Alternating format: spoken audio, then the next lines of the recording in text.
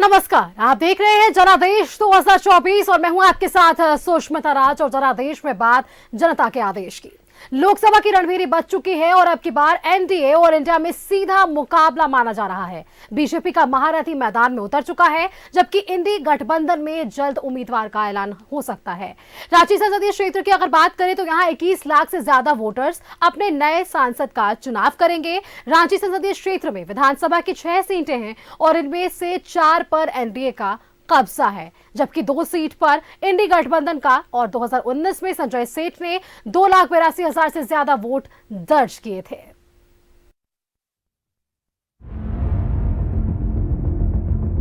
रांची संसदीय क्षेत्र में 21 लाख से ज्यादा वोटर्स अपने नए सांसद का चुनाव करेंगे।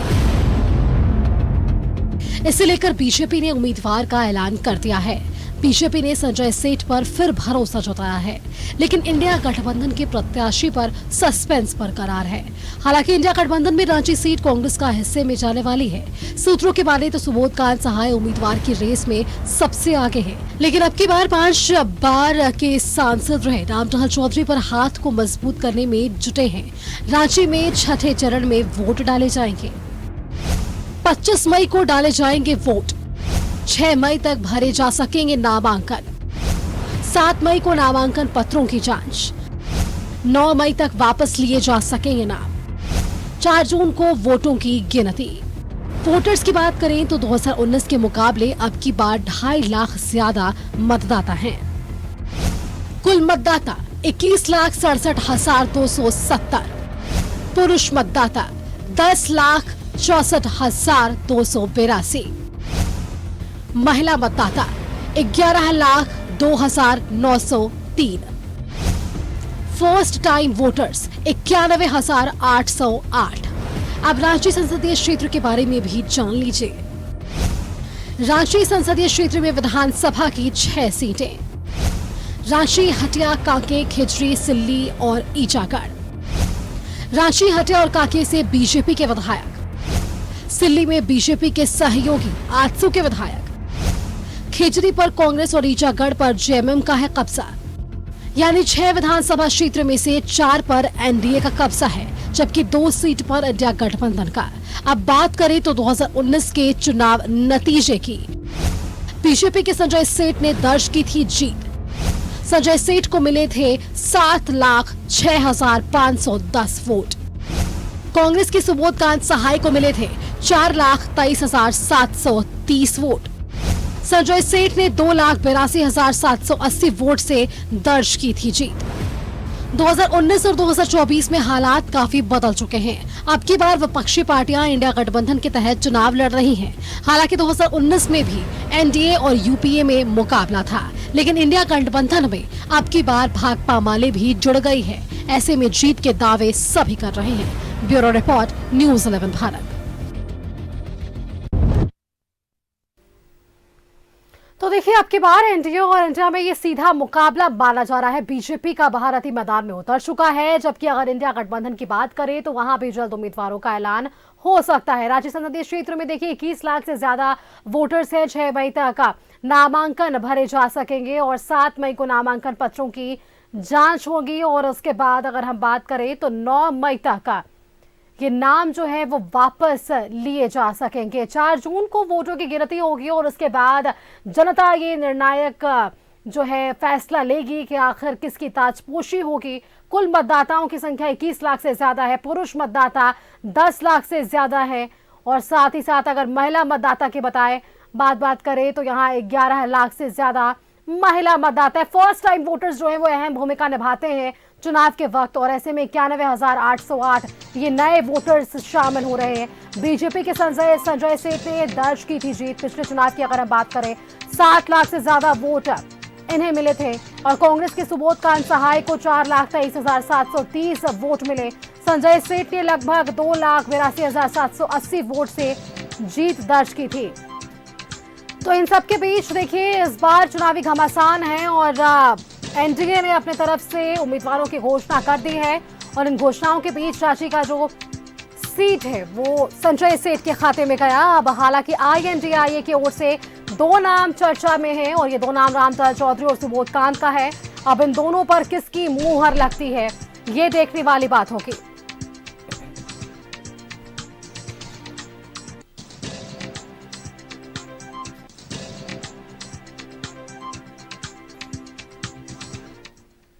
आपने पूरी रणनीति समझी कि क्या कुछ इस बार चुनाव में रणभेरी बजी है और किस तरीके से चुनाव में इस बार अलग अलग उम्मीदवार अपनी दमखम के साथ चुनाव लड़ेंगे। इन सबके बीच अब जनता का क्या कुछ मिजाज है, ये जानने के लिए रांची की सड़कों पर न्यूज 11 भारत निकला अपनी टीम के साथ और रांची के अल्बर्ट एक्का चौक से हमारे साथ संवाददाता हमारी निशाद जुड़ी हुई है। निशाद का एक बार वापस से रुख कर लेते हैं। निशाद, देखिए चुनाव बेहद नजदीक, तारीखों का ऐलान और इन सबके बीच जनता में गजब का एक उत्साह, क्योंकि ये लोकतंत्र का महापर्व है। निशाद।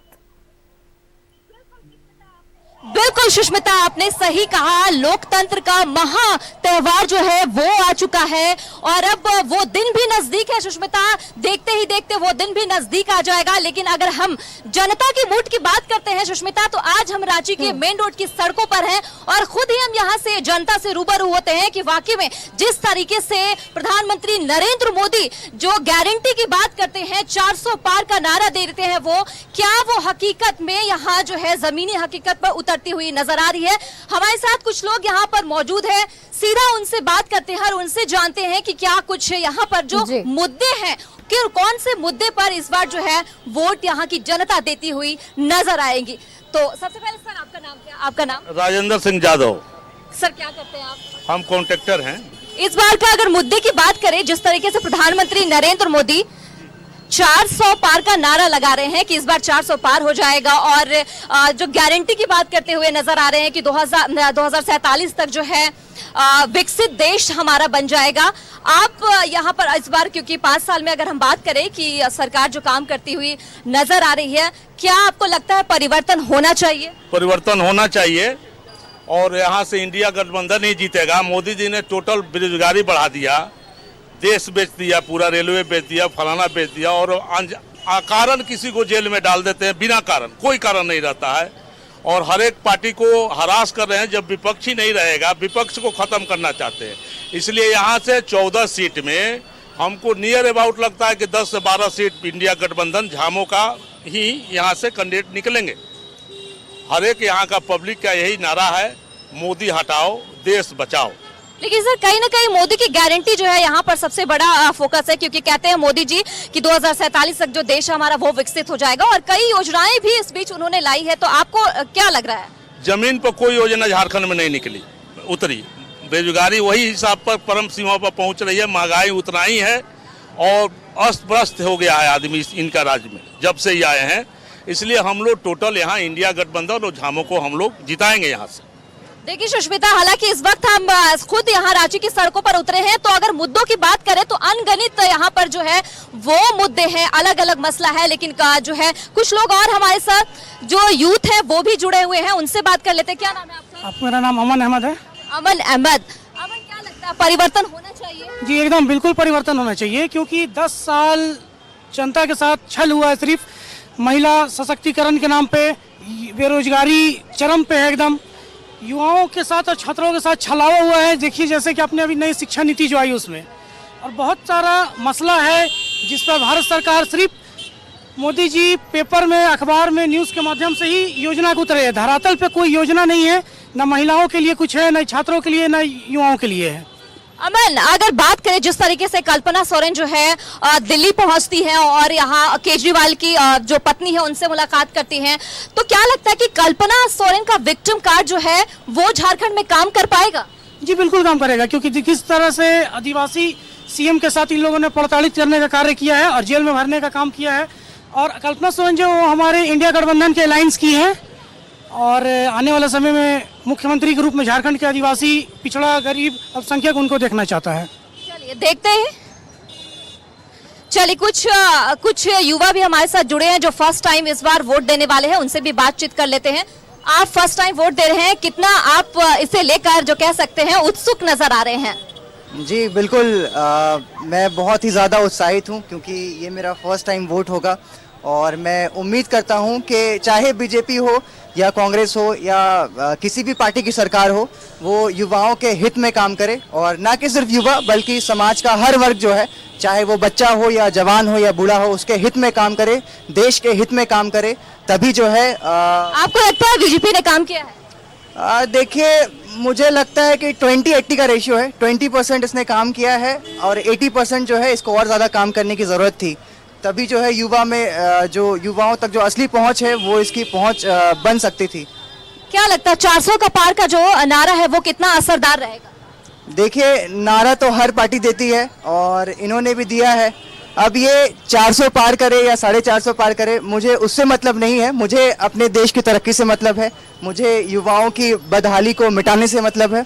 तो ये 400 पार करे, 450 करे या कांग्रेस करे, मुझे उससे मतलब नहीं है। ये तो अब वक्त ही बताएगा कि क्या वाकई में एनडीए जो है वो 400 का पार जो नारा जिस तरीके से लगा रही है, क्या वो हकीकत में वो काम करता है कि नहीं। कुछ और युवा हमारे साथ यहाँ जुड़े हुए हैं।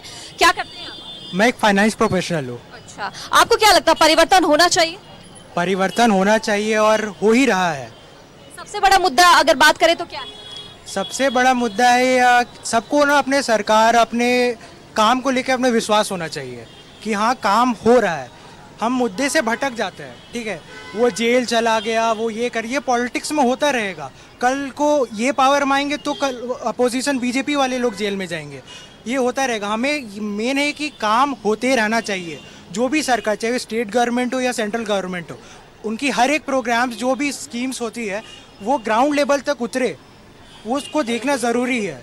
जितने भी आईएएस ऑफिसर्स हैं और भी जितने भी ऑफिशियल जो काम करते हैं, उनका ये ड्यूटी है कि वो सारे स्कीम्स को और सारे प्रोग्राम्स को ग्राउंड लेवल तक उतारे। मेरे हिसाब से अगर मेन मुद्दा, चलिए, नेता अगर सत्ता में आते हैं तो आरोप प्रत्यारोप जो है वो जरूर लगता रहता है। कुछ लोग और भी हैं, उनसे बात कर लेते हैं। आप फर्स्ट टाइम वोट देने वाले हैं, कितना उत्सुक नजर आ रहे हैं आप? क्या लगता है कि सरकार में क्या जो चेंजेस, क्या परिवर्तन होना चाहिए, या फिर से दोबारा आप पीएम नरेंद्र मोदी को ही देखना चाहते हैं?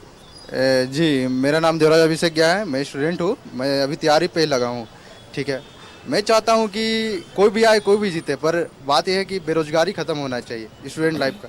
यहाँ पे हर साल अच्छे से एग्ज़ाम नहीं हो रही है। 23 साल हो गया है झारखंड बना हुआ, अच्छे से जेपीएससी क्लियर नहीं हो रही है। 5 साल में एक बार जेपीएससी आती है।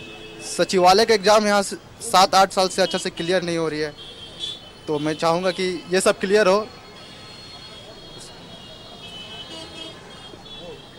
देखिए, यहाँ पर कुछ लोग जो है उनसे बातचीत कर ले। जिस तरीके से विपक्ष जो है महागठबंधन जो है वो एकजुट होती हुई नजर आ रही है। अगर हम महागठबंधन की बात करते हैं तो क्या वो एनडीए पर भारी पड़ सकता है? आपको क्या लगता है? एकदम भारी पड़ सकता है, एनडीए पर भारी पड़ेगा ही। हर एक जगह यहाँ हमारा 14 में से 10 सीट हम लोग झामो को देंगे। निशाद, आपके पीछे कुछ महिलाएं दिख रही थी, उनसे भी बात करने की कोशिश कीजिए और उनकी राय जानने की कोशिश कीजिए। निशाद, एक बार चुनाव को लेकर उनका क्या कुछ मुद्दा रहने वाला है? बिल्कुल सुष्मिता, कुछ महिलाएं भी हैं, मैं उनसे बात कर लेते हैं। इस बार का मुद्दा क्या है? आप एक महिला हैं, क्या आप परिवर्तन चाहती हैं? सरकार से क्या उम्मीदें चाहती हैं आप?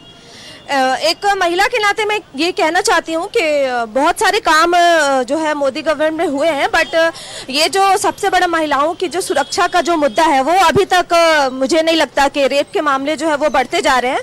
तो मुझे नहीं लगता कि महिला की सुरक्षा के मामले में कुछ ऐसे कानून अगर बनते भी है तो वो ग्राउंड लेवल पे वो काम नहीं आते हैं। और दूसरी बात है कि एज अ युवा मैं ये कहना चाहती हूँ कि वही हमारा मुद्दा जो है नौकरी, बेरोजगारी, यही हमारा मुद्दा है। और सबसे बड़ा मुद्दा तो यही, क्योंकि यूपीएससी में भी देख लीजिए, स्टेट पीसीएस का जो एग्जाम वगैरह होता है, लाखों छात्र एग्जाम देते हैं लेकिन नौकरी जो है वो बहुत कम। और यहाँ पर महिला है, उनसे बात कर लेते हैं। इस बार का मुद्दा क्या लग रहा है कि क्या होगा? परिवर्तन चाहती हैं आप या फिर से मोदी जी को ही देखना चाहती हैं आप? मोदी जी को ही देखना चाहूँ। मोदी जी को ही देखना चाहती हैं, ठीक है। आप, क्या नाम है आपका? ऋषि। क्या मोदी जी को जानते हैं? हाँ। कौन है Modi ji? Prime minister. Prime minister. चाहते हैं कि मोदी जी फिर से आए सत्ता में? हाँ। क्या किया मोदी जी ने बच्चों के लिए? मोदी ने बच्चों के लिए नहीं लेकिन इंडिया के लिए बहुत कुछ किया। इंडिया के लिए बहुत अच्छा किया। चलिए, कौन सी क्लास में पढ़ते हैं आप?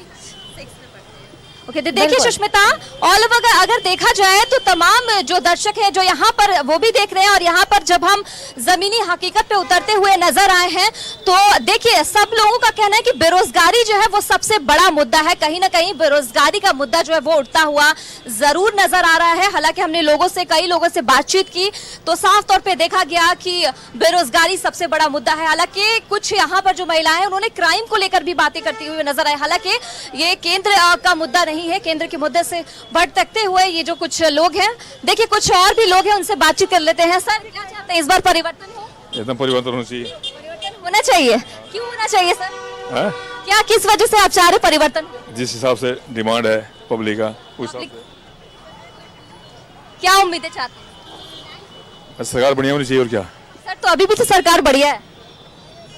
अभी ये जो आने वाला है उसमें और अच्छा काम हो।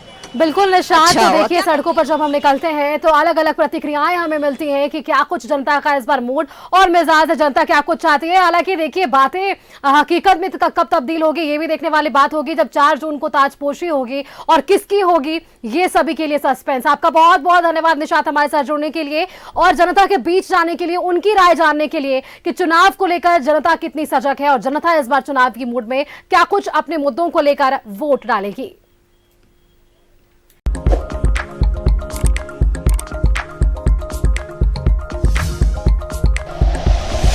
Like and share videos, subscribe करें हमारा चैनल और प्रेस करें बेल आइकॉन। न्यूज़ 11 भारत, सच है तो दिखेगा।